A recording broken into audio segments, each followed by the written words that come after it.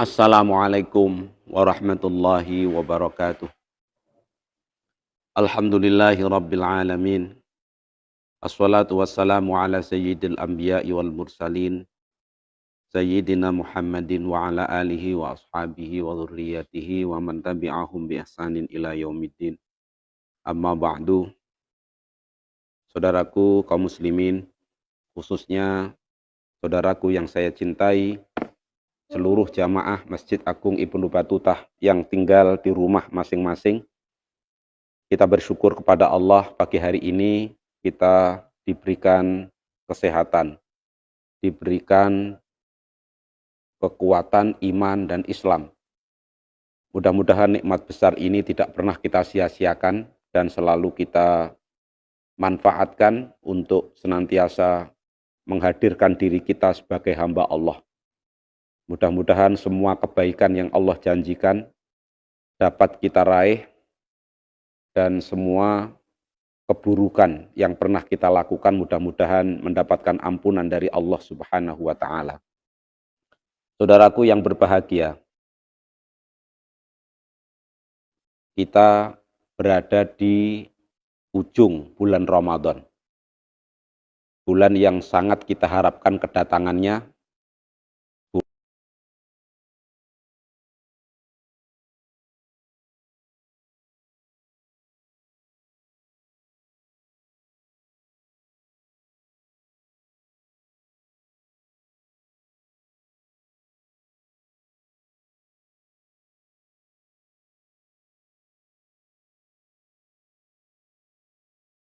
Tahun ini kita menjalani Ramadan dengan keadaan yang luar biasa.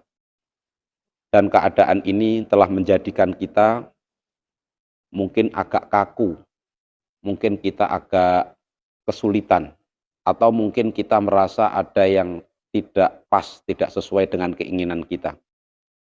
Tetapi keimanan kita mengatakan bahwa inilah kehendak Allah. Dan inilah prosedur yang harus kita jalani sebagai ketentuan Allah. Dan kita yakin ini tidak akan menghalangi upaya kita, niat kita, tekad besar kita untuk mendapatkan keridhaan Allah dan mendapatkan semua kebaikan di bulan Ramadan. Ketika Allah menjelaskan tentang bulan Ramadan di dalam surat Al-Baqarah ayat 185, ayatnya agak panjang, saya mengambil di bagian akhir daripada ayat itu, setelah Allah mengawali firman-Nya dengan syahrul Ramadan.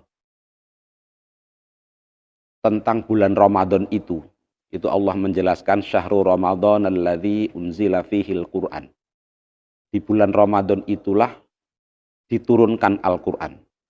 Lalu diakhiri dengan ayat yuridullahu bikumul yusra wala yuridu bikumul usra walitukmilul iddata walitukabbirullaha ala ma hadakum wa la'allakum tashkurun. Kita perlu mengetahui dan mempelajari ayat ini. Untuk apa? Kalau kita kemarin selama bulan Ramadan semangat kita untuk beribadah begitu tinggi, tekad kita untuk mengucapkan doa-doa, merangkai doa-doa sebagai kebutuhan kita terhadap Allah, dan menggantungkan perubahan nasib kita dengan doa itu di hadapan Allah. Kita mengandalkan doa itu untuk melakukan perbaikan-perbaikan dalam kehidupan dunia dan berharap kebaikan di kehidupan akhirat. Jangan sampai tekad kita, jangan sampai doa-doa kita itu terhapus karena kita gagal memahami untuk melaksanakan apa yang terbaik di bulan Ramadan. Banyak di antara kita yang menjadikan kemauan atau keinginan pribadi atau keinginan tradisi itu menyebabkan nilai Ramadan itu berkurang. Jadi kalau biasanya di hari-hari biasa, di akhir Ramadan kita tidak sibuk memperkuat ibadah di bulan Ramadan, terutama di 10 hari terakhir. Karena kita dihadang kepada urusan lain, misalnya urusan mudik, misalnya urusan memperbanyak makanan di saat Lebaran, misalnya urusan memperbaharui pakaian, dan urusan-urusan lain yang semua sifatnya adalah sifat-sifat duniawi. Alhamdulillah tahun ini tampaknya kita tidak melakukan itu. Dan ini akan menjadi kekangan, siksaan tersendiri bagi hawa nafsu kita. Saya ulangi, ini siksaan tersendiri bagi hawa nafsu kita. Tetapi sesungguhnya ini bukan siksaan bagi keimanan kita. Ini bukan siksaan bagi kesempurnaan Islam dan ibadah Ramadan yang kita lakukan. Maka kita harus mengembalikan porsi ibadah di bulan Ramadan ini dan menjadikan keadaan ini justru menjadi penyempurna. Keadaan ini menjadi kebaikan kita bersama.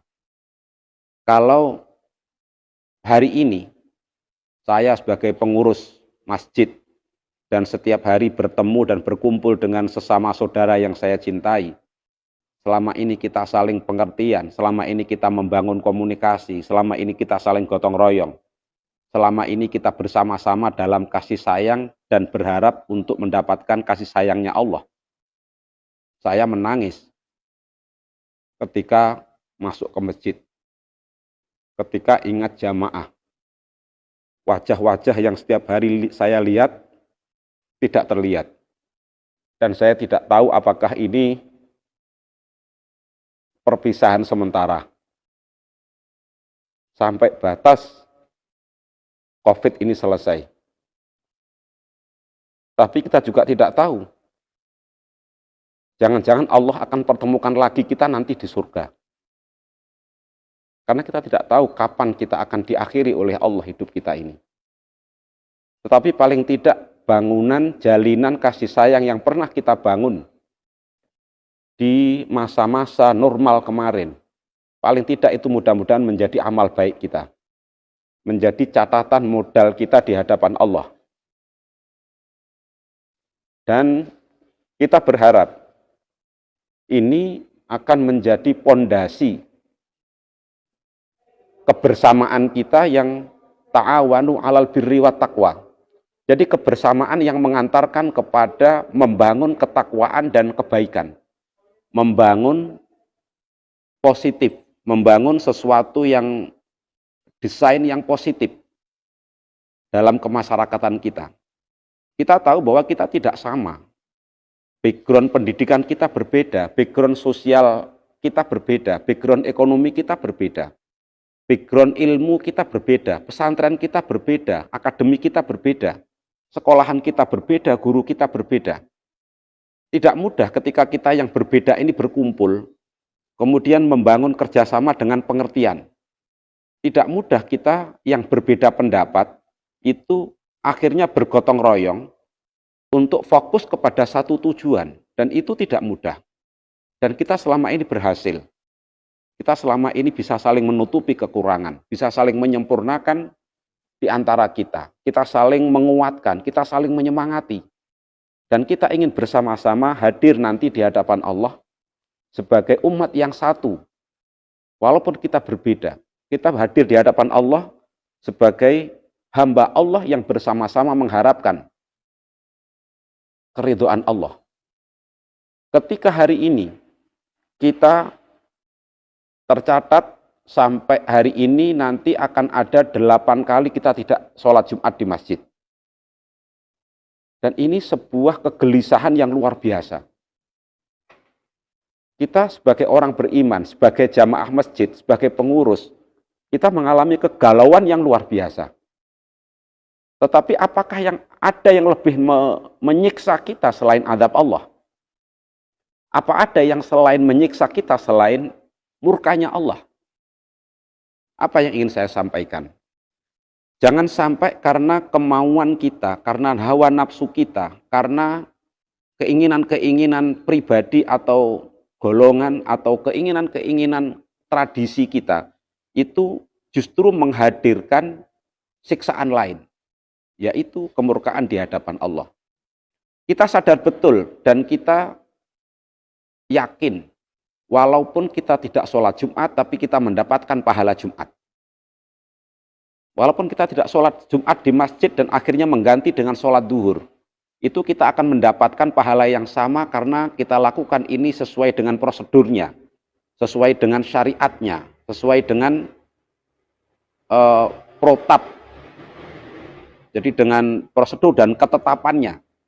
Para ahli, para ulama sudah menjelaskan kepada kita mengapa kita akhirnya tidak bisa sholat Jumat di masjid. Nah, berkaitan dengan itu, kita akan melangsungkan satu kegiatan yang biasanya sangat kita harapkan. Kita bisa berkumpul bersama dengan komunitas yang lebih ramai, yang lebih banyak, dengan suasana yang sangat membahagiakan selama ini. Yaitu kita bisa sholat id di masjid atau di lapangan. Dan hari ini, kita tampaknya untuk tahun ini, tampaknya kita akan menunda pelaksanaan itu dalam arti tahun ini kita tidak melaksanakannya di masjid. Dan tahun ini kita akan melaksanakannya meneruskan ibadah di rumah masing-masing. Saya menyadari ini satu kegalauan, ini satu kegelisahan. Tapi saya ingin mengingatkan diri saya dan kita semuanya bahwa kita sholat itu karena Allah. Kita sholat itu tujuannya diperuntukkan untuk Allah. Maka tafsir yang mengatakan fasholli li rabbika di surat Al-Kautsar, maka sholatlah kamu semata-mata untuk Tuhan yang mengatur hidupmu. Itu banyak yang menafsiri ayat itu perintah sholat untuk sholat id. Yang kaitannya memang sholat Idul Adha. Walaupun banyak juga yang menafsirkan itu dalam arti sholat secara umum. Tetapi yang kita garis bawahi adalah sholli li rabbika. Sholatlah semata-mata karena Tuhanmu. Bukan sholat karena hawa nafsumu, bukan sholat karena tradisimu, bukan sholat karena keinginanmu, bukan sholat karena kemauan-kemauan atau egomu. Sehingga kita akan tetap melaksanakan Ramadan ini dengan sempurna. Walitukmilul iddata, dan sempurnakanlah bilangannya. Kapan kita akan sholat id? Insya Allah nanti malam, tanggal 22 Jumat malam ba'da maghrib, Kementerian Agama akan melaksanakan sidang isbat untuk menentukan kapan jatuhnya tanggal 1 Syawal. Untuk tahun ini, pelaksanaan isbatnya nanti malam. Akan tetapi jatuhnya hari 1 Syawal, itu kita akan tetap menunggu pengumuman sidang isbat. Karena hari ini adalah hari yang ke-29, maka memang ada dua kemungkinan. Kemungkinan pertama, besok tanggal 1. Artinya Sabtu ada di badan kita, tetapi kita tidak mengalami apa-apa. Dan Allah melindungi kita, tetap melakukan ibadah dan melangsungkan kehidupan sampai dengan yang Allah kehendaki. Ila ajalim musamma. Sampai dengan batas yang sudah Allah tentukan. Tapi kita ingin berumur panjang. Karena kondisi kita yang tidak mengetahui apakah di badan kita ini ada virusnya atau tidak. Tapi dengan asumsi bahwa daerah Kuta Selatan, kalau kita lihat di peta COVID, itu sudah masuk peta zona merah. Artinya kemungkinan besar masing-masing individu itu sadar atau tidak sadar, itu membawa virus di badannya. Dan kalau ini betul seperti itu, dan dugaan itu yang dikuatkan oleh analisa para ahli kesehatan, maka Islam memerintahkan kepada kita la dororo wala diroro. Janganlah orang Islam itu menimbulkan bahaya. Dan orang Islam itu harus menghindari bahaya agar tidak dikenai bahaya. Artinya apa? Kondisi ketika kita membawa virus, lalu kita berkumpul dengan orang lain, lalu kita melakukan kontak fisik, bersalaman, ada yang cipika-cipiki, ada yang berangkulan, berpelukan, maka ini secara tidak langsung kita melakukan satu pelanggaran dari hadis Nabi tadi, la dororo wala diroro. Hendaklah orang Islam itu jangan menimbulkan bahaya. Orang Islam itu jangan menjadi penyebar penyakit. Orang Islam itu jangan menjadikan atau menyebabkan orang lain mengalami penderitaan. Kita tentu ingin membawa kebaikan bagi diri sendiri dan membawa kebaikan bagi keluarga, membawa kebaikan bagi orang lain dan generasi yang akan datang. Ini yang kita maknai dengan mengapa orang yang tinggal di rumah dan tidak keluar itu sebagai upaya jihad. Karena memang tidak keluar rumah itu satu problem, tidak keluar rumah itu satu masalah. Dan ini satu siksaan. Tapi kita lakukan itu semata-mata karena kita ingin menjalankan Islam ini dengan baik. Kita sedang melaksanakan satu prinsip dalam Islam, yaitu hifdun nafsi. Kita menjaga nyawa, kita menjaga jiwa, kita menjaga kesehatan bersama. Jadi sehingga yakinlah, dengan kita tidak berkumpul, dengan kita tidak sholat di lapangan, dengan kita tidak sholat di masjid untuk sholat id, yakinlah bahwa kita ini sedang ibadah. Yaitu ibadah mengendalikan diri untuk tidak menyebarluaskan virus. Kita ibadah untuk tidak melakukan doror dan kita melakukan agar tidak diror. Agar kita tidak menimbulkan bahaya dan agar kita tidak dijangkiti oleh bahaya. Mungkin nafsu kita masih tidak terima dengan mengatakan kita sudah puasa sebulan penuh. Kita sudah sampai capek menjalankan ibadah di bulan Ramadan. Masa kita nggak lebaran? Tujuan kita berpuasa bukan untuk lebaran. Dan tujuan kita berlebaran bukan untuk berfoya-foya. Kalaupun puasa ini nanti akan diakhiri dengan sholat id, maka sholat id itu tujuan utamanya adalah wala'allakum tashkurun. Agar kalian bisa merasakan bahagianya, merasakan senangnya.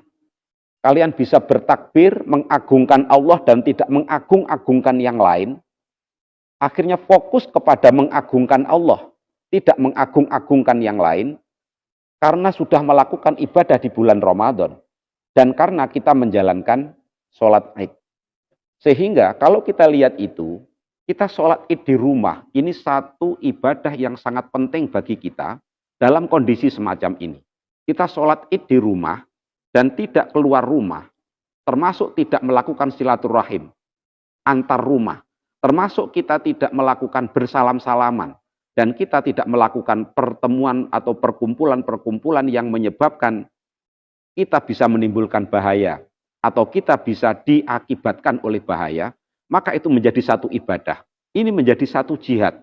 Ini menjadi satu upaya. Dan kita mengikuti satu komando dari pemerintah. Melihat pentingnya hal itu, maka kami dari Masjid Agung Ibnu Battuta mengajak kepada seluruh saudaraku, marilah kita teruskan Ramadan ini sampai selesai. Dan kita akan menutup Ramadan ini dengan bertakbir dan melakukan sholat id, tetapi tetap tinggal di rumah masing-masing. Kami ingin memesankan beberapa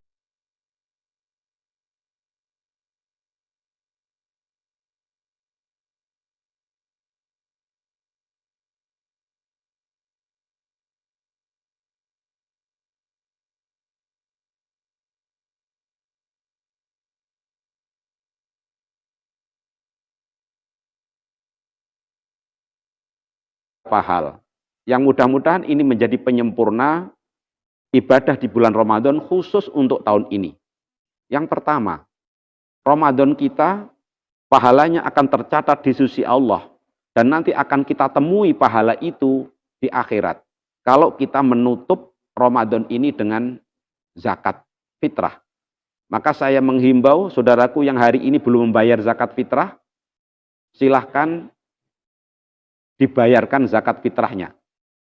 Bagi saudaraku yang karena kesulitan pendapatan, sehingga sampai hari ini belum bisa membayar fitrah karena memang betul-betul tidak punya beras atau tidak punya uang tunai, maka silakan berkonsultasi, menghubungi baik lewat telepon atau menghubungi langsung di panitia zakat untuk diberikan solusi bagaimana walaupun tidak punya beras tidak punya uang, tapi tetap bisa membayar zakat fitrah, memenuhi kewajibannya sebagai mukmin yang melakukan puasa di bulan Ramadan.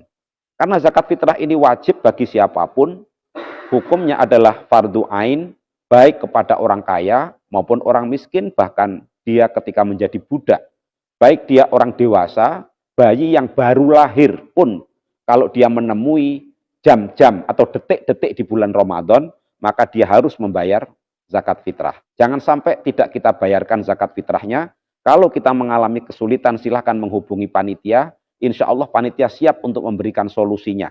Yang penting bayarkan zakat fitrahnya. Yang kedua, pada saat nanti diumumkan bahwa hari Ahad itu adalah hari pelaksanaan sholat Id, mari kita tidak memaksakan diri untuk melakukan sholat Id dengan cara berkumpul orang banyak. Tidak memaksakan diri untuk kita harus mengadakan sholat Id dengan cara berjamaah umum.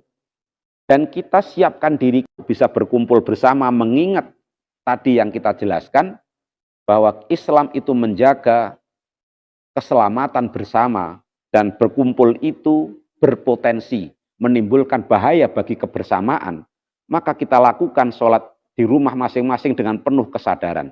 Yakinlah, Allah akan menyempurnakan puasa kita dengan kita sholat Id itu, walaupun kita tidak melaksanakannya secara berjamaah.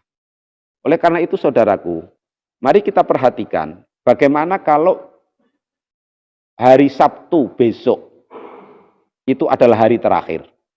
Maka yang kita perhatikan, zakat fitrah kita diperhatikan.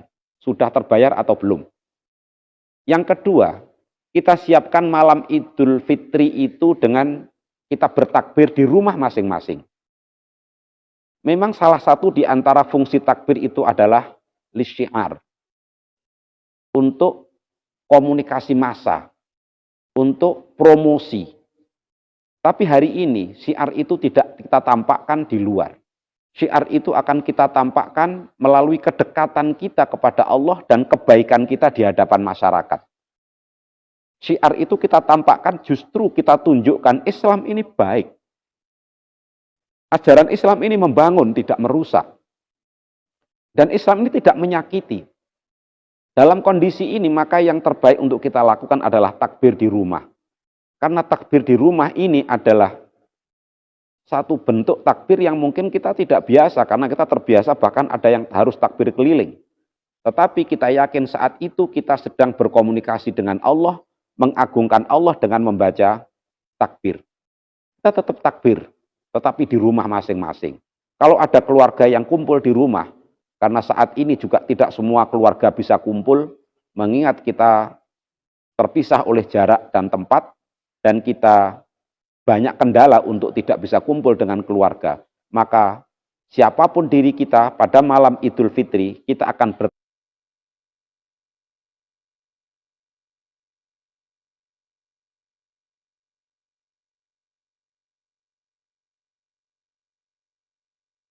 bertakbir, walaupun ketika seorang diri, dan tentu tidak dengan suara yang keras. Bahkan takbir kita yang perlahan, takbir kita yang lirih, takbir kita yang tersuarakan dari dalam hati, mudah-mudahan itu menjadi takbir terbaik kita dibanding dengan takbir-takbir kita yang lain. Mudah-mudahan itu lebih mensyiarkan di hati kita, lebih bisa memberi pelajaran kepada kita dibanding dengan kita takbir keliling atau dengan kita takbir bersama-sama di masjid. Itu harapan kita.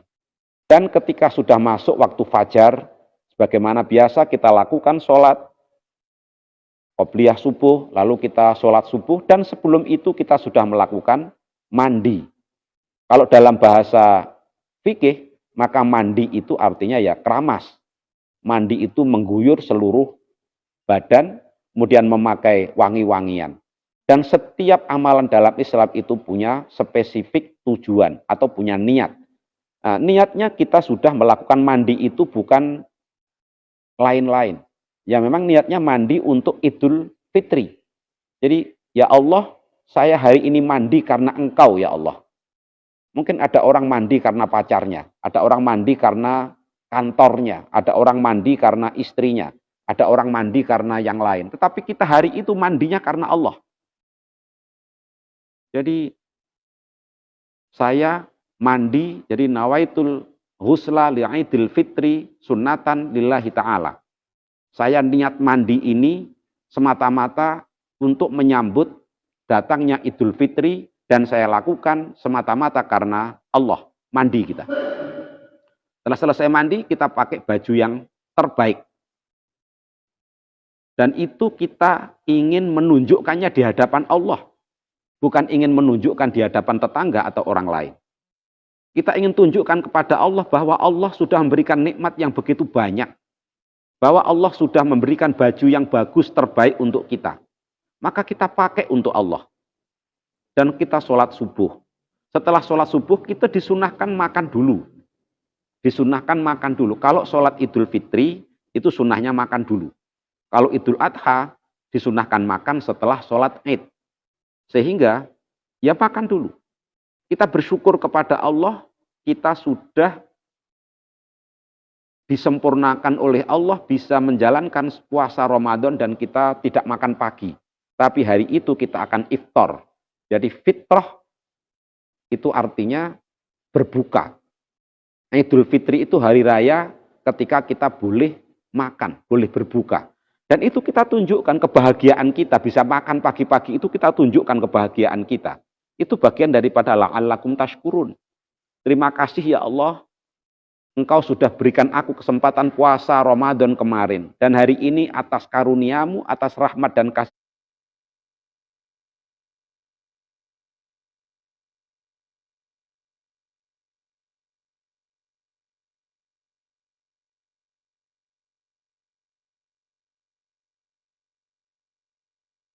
sayangmu, Engkau berikan izin kepada kami untuk makan pagi. Sehingga itu makan pagi ibadah. Bukan makan pagi karena kita kelaparan, tapi karena kita ibadah. Secukupnya. Setelah itu kita teruskan takbir lagi sampai masuk waktu duha. Hari ini terbit matahari jam 6 lebih 19 kalau tidak salah. Bisa dicek di HP-nya masing-masing.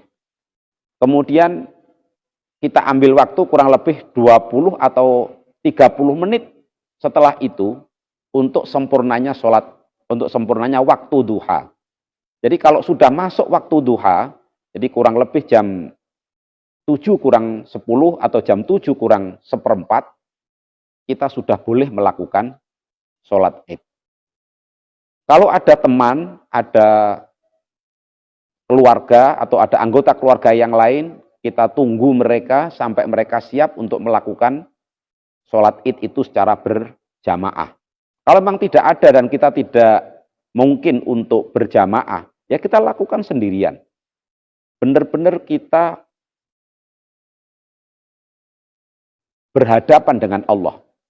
Dan itu kita lakukan sendirian. Dan kita penuh rasa syukur, penuh rasa bahagia melakukan itu.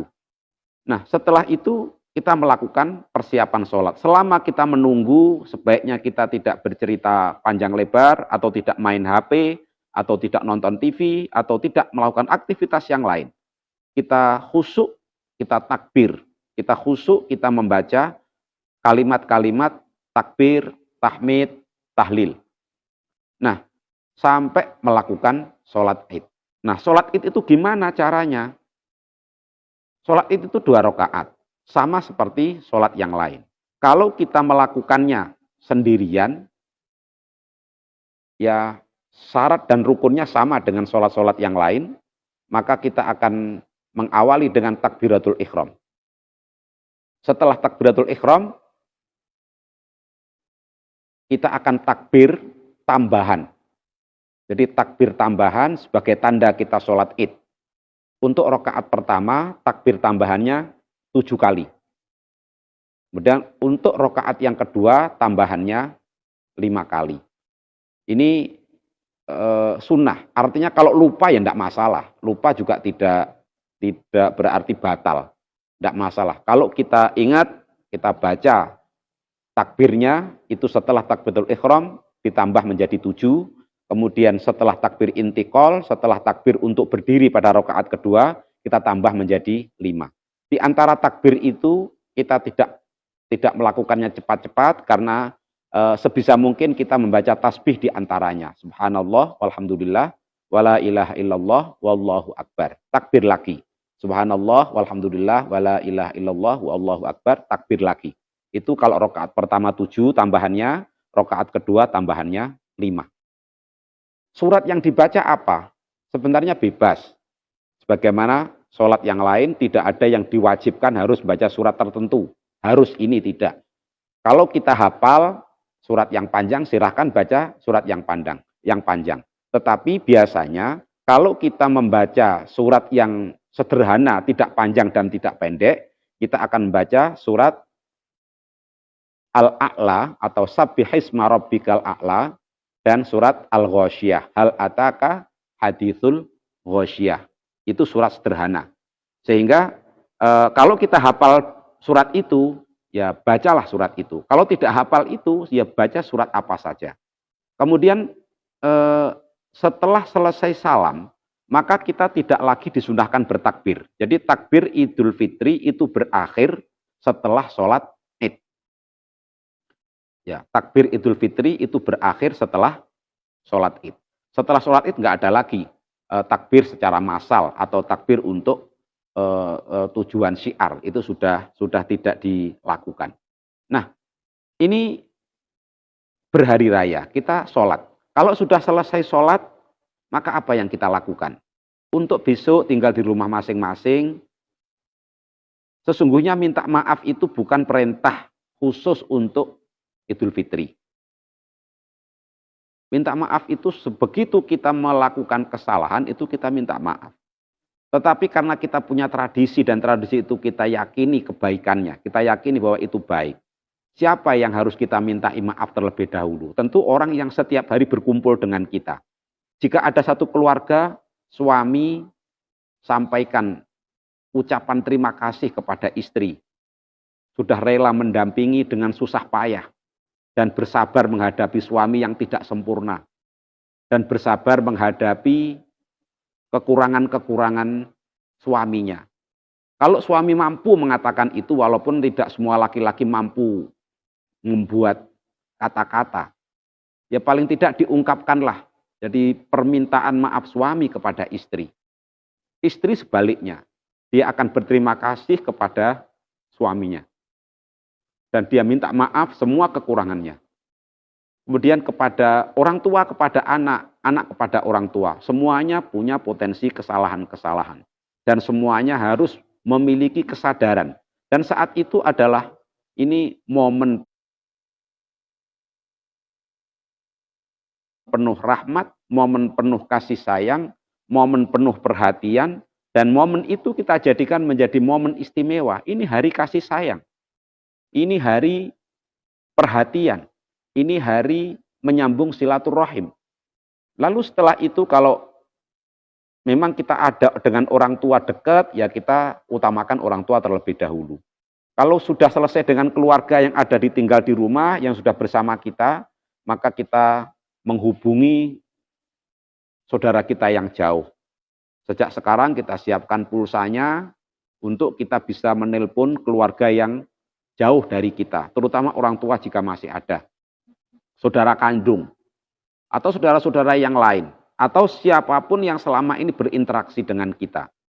Dan kita akan berdoa dengan doa yang ini menjadi doa tradisi Indonesia. Jadi doa tradisi Indonesia yang tidak ada di negara lain, itu ketika Idul Fitri itu adalah doa taqabbalallahu minna wa minkum taqabbal ya karim. Ja'alanallahu wa iyyakum minal aidin wal faizin wal makbulin. Saya berdoa mudah-mudahan semua ibadah yang kemarin kita lakukan dan sudah kita selesaikan itu diterima oleh Allah dengan balasan yang terbaik. Dan saya berdoa untuk kalian sekaligus mengucapkan selamat atas ibadah yang sukses kalian lakukan. Itu dengan ucapan mudah-mudahan Allah menjadikan saya dan kita semuanya minal aidin wal faizin, termasuk orang-orang yang bahagia berhari raya dan kembali kepada fitrahnya, kembali kepada kesuciannya, dan menjadi orang-orang yang beruntung. Kulla amin wa antum bi khair. sepanjang tahun ke depan. Ini doa kita. Sepanjang tahun ke depan, sejak hari ini sampai nanti ketemu Ramadan lagi, mudah-mudahan kita diliputi dengan kebaikan-kebaikan. Ini yang kita sampaikan kepada orang. Dan kalau kita mendapatkan doa itu ya jangan dijawab sama-sama. Jawabannya ya paling tidak amin lah. Atau taqabbalallah. Jadi kenapa kalau ada orang bilang minal aidin wal faizin, lalu karena nggak ngerti jawabnya ya sama-sama. Dikira itu minta maaf, padahal itu doa. Ya doa itu kan jawabannya amin, bukan sama-sama. Jadi ini berhari raya. Kita tidak bersilaturahim dengan tetangga, tidak mendatangi rumah tetangga, tidak bersalaman dengan tetangga, dengan kerabat dan saudara kita yang lain, bukan berarti kita bermusuhan kan. Silaturahim itu artinya menyambung rasa kasih sayang.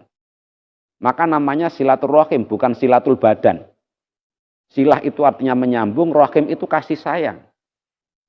Sementara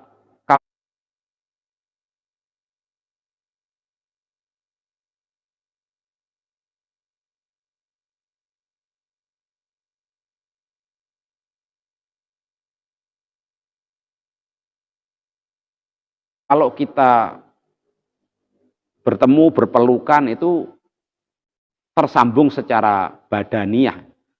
Tetapi kan yang diperintahkan itu wasilul arham. Dan sambunglah kasih sayang. Artinya proses kehidupan yang selama ini kita jalani, itu telah menyebabkan putus-putusnya. Jadi karena sinyalnya nggak bagus itu, sinyal jiwa kita nggak bagus, itu sama saudara sering nggak nyambung. Sama temen sering nggak nyambung. Suami istri nggak nyambung. Ayah dan anak nggak nyambung. Itu putus-putus itu. Kadang nyambung, kadang putus. Nyendat-nyendat. Nah, hari itu kita perkuat silaturahim itu. Artinya apa? Kita perkuat pancaran kasih sayang kita kepada orang lain. Sejak hari itu kita akan lebih ingin memperhatikan istri, memperhatikan suami, memperhatikan anak-anak. Sejak hari itu kita berkomitmen untuk memperkuat sambungan kasih sayang dengan pancaran sinyal yang kuat. Bahwa kita ini sangat memperhatikan mereka, saya ini sangat memperhatikan saudara, saya ini sangat komitmen untuk memperhatikan tetangga, untuk memperhatikan orang-orang yang selama ini bergaul dengan kita. Itu kalau kita maknai secara bahasa silaturahim. Jadi tidak mendatangi rumah tetangga bukan berarti tidak silaturahim. Yang ketiga, dalam hal Idul Fitri itu, kita terbiasa meminta maaf. Meminta maaf. Di dalam Al-Quran, itu yang paling banyak perintah memberi maaf. Bukan perintah meminta maaf. Kondisinya, orang minta maaf dalam keseharian itu terlalu banyak. Ini artinya apa? Minta maaf memang sulit. Tetapi tidak sesulit memberi maaf. Justru yang paling sulit itu ketika kita diperlakukan buruk oleh orang lain, dan orang lain yang kita perlakukan buruk itu sebenarnya tidak terima. Jadi kita memperlakukan buruk orang lain. Dan orang itu tidak terima dengan perlakuan kita. Lalu kita dengan kesadaran dan penuh kesungguhan, itu kita minta maaf. Kita minta maaf. Nah, orang lain yang kita perlakukan buruk itu kan belum lupa dengan kejahatan kita. Dia belum lupa dengan penderitaan yang kita timbulkan. Maka beban bagi orang lain itu adalah memaafkan. Maka kadang-kadang memaafkan ini menjadi masalah. Maka yang diperintahkan oleh Al-Quran adalah falyafu wal yasfahu. Hendaklah kalian bisa memberi maaf. Maka besok pada saat Lebaran, mungkin tidak akan ada orang datang ke rumah kita untuk minta maaf. Tetapi tanamkan dalam diri kita bahwa kita sudah akan memaafkan siapapun. Semua orang kita netralisir dari melakukan kesalahan. Allah saja yang maha kuasa, maha perkasa, dan kita sering mendolimi Allah dalam berbagai keadaan. Allah berjanji memaafkan kesalahan-kesalahan kita, mengampuni dosa-dosa kita. Lalu kita ini siapa kok tidak memaafkan orang lain? Dan inilah yang membuat hidup kita itu longgar. Dan inilah yang menjadikan kita seperti posisi di akhir ayat 185, wala'allakum tashkurun. Agar kalian menjadi orang-orang yang bersyukur, menjadi orang-orang yang bahagia. Orang yang bahagia itu orang yang bisa memaafkan orang lain. Kalau orang itu tidak mampu memaafkan orang lain, dia akan menderita sendiri. Dia akan menderita karena kesalahan itu yang selalu tertanam di dalam hatinya. Sehingga mungkin kita tidak silaturahim, mungkin kita tidak meminta maaf, mungkin kita tidak bersentuhan, bersalaman secara fisik. Tetapi jalinan silaturahim kita sejak tanggal 1 Syawal dan seterusnya itu akan semakin baik. Dan ini adalah amalan-amalan hati, amalan-amalan yang sangat besar nilainya. Innallaha la yanzuru ila ajsamikum, walakin yanzuru ila suwarikum wa ajsamikum. Allah tidak melihat gerak-gerik fisikmu. Allah tidak melihat bentuk-bentukmu. Kamu melakukan apa, berbentuk seperti apa, tetapi yang duru ila qulubikum wa a'malikum. Tapi Allah itu melihat niatmu, niat hatimu, Allah melihat tekadmu, dan Allah melihat konsekuensimu ketika melakukan niat itu.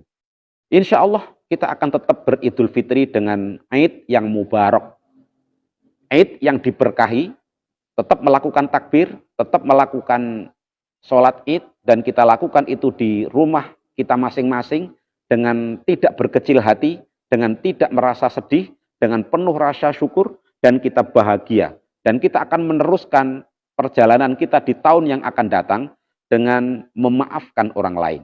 Kita memperkuat sinyal perhatian kita untuk orang lain. Kita akan memperkuat sinyal persaudaraan kita. Kita tidak lagi melakukannya dengan terputus-putus, dengan sinyal yang rendah, dengan selalu mampu berkomunikasi kapanpun dan dimanapun, tanpa mengingat-ingat kembali apa kesalahan saudara kita, tanpa memperhitung-hitungkan kembali apa kekurangan-kekurangan saudara-saudara kita, dan kita tidak pernah lagi menjadikan kekurangan, kesalahan saudara kita itu sebagai hal yang menonjol. Kita sebagai saudara mampu saling menutupi, kita mampu saling menyempurnakan, dan kita mampu saling bergandengan tangan. Ya syuddu ba'dukum ba'dah. Kita mampu saling memperkuat, menyemangati dalam rangka menuju kepada kebaikan. Mudah-mudahan seluruh puasa, seluruh ibadah sholat, seluruh ibadah-ibadah kita yang lain di bulan Ramadan ini benar-benar mengantarkan kita menjadi hamba-hamba yang berbahagia, hamba-hamba yang pandai bersyukur, dan hati kita mudah-mudahan terus digenggam dan dikelola oleh Allah, sehingga hati kita adalah hati-hati yang terbimbing, menjadi jiwa-jiwa yang dibersihkan oleh Allah dari berbagai keburukan dan kesalahan. Mudah-mudahan kita semuanya diberikan kemampuan untuk melakukan ibadah dalam kondisi apapun. Termasuk mudah-mudahan kita betul-betul siap besok melakukan sholat Id di rumah masing-masing dengan tidak merasa harus memaksakan diri melakukan sholat secara berkerumun atau berjamaah bagaimana biasa. Yakinlah ada banyak kebaikan dan tersimpan hikmah yang begitu besar di balik peristiwa-peristiwa ini. Kita tidak menyesali dan tidak menggelisai apa yang hari ini terjadi. Tetapi kita sekarang sedang optimis dan kita fokus di kehidupan kita yang akan datang. Mudah-mudahan hari yang akan datang jauh lebih baik daripada hari ini. Saya kira itu untuk edukasi kita berid mubarak, untuk berid yang diberkahi. Mudah-mudahan Allah benar-benar memberkahi Idul Fitri kita di tahun ini jauh lebih berkah daripada Idul Fitri di tahun-tahun yang sudah pernah kita jalani. Dan mudah-mudahan masa depan setelah Idul Fitri dan seterusnya itu menjadi keberkahan Allah yang tidak pernah berhenti. Saya atas nama pengurus masjid dan atas nama pribadi, atas nama mewakili keluarga, saya mohon maaf yang sebesar-besarnya. Insya Allah jika besok masih belum sholat Id, kita masih akan bertemu lagi untuk closing kegiatan Ramadan dari keseluruhan kegiatan. Mohon maaf dan terima kasih atas perhatiannya. Kita akhiri bersama dengan bacaan hamdalah, istighfar dan doa kafarah majelis. Alhamdulillahirabbil alamin, astaghfirullahaladzim, subhanakallahumma wa bihamdika, asyhadu an la ilaha illa anta astaghfiruka wa atubu ilaik. Assalamualaikum warahmatullahi wabarakatuh.